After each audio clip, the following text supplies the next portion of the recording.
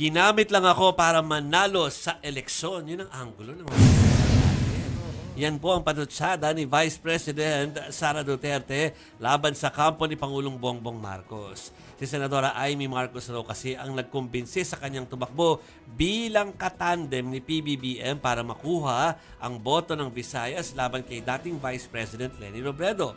Ang banat po ni VP Sara, hindi niya kasalanan kung ba't hindi marunong maging presidente si PBBM. Ang sagot pa ng bise sa mga isyu ng confidential funds, pawang mga atake ito sa kanya. Kaya ang bagong tagline daw ng OVP ay Drag Me to Hell. Meron din daw si VP Sara na 5 impeachable offense laban kay Pangulong Marcos pero wala naman daw itong saysay dahil imposibleng lumusot ito sa Kamara. No statement naman ang sagot ng Presidential Communications kaugnay po ng mga pahayag kanina ng Vice Presidente.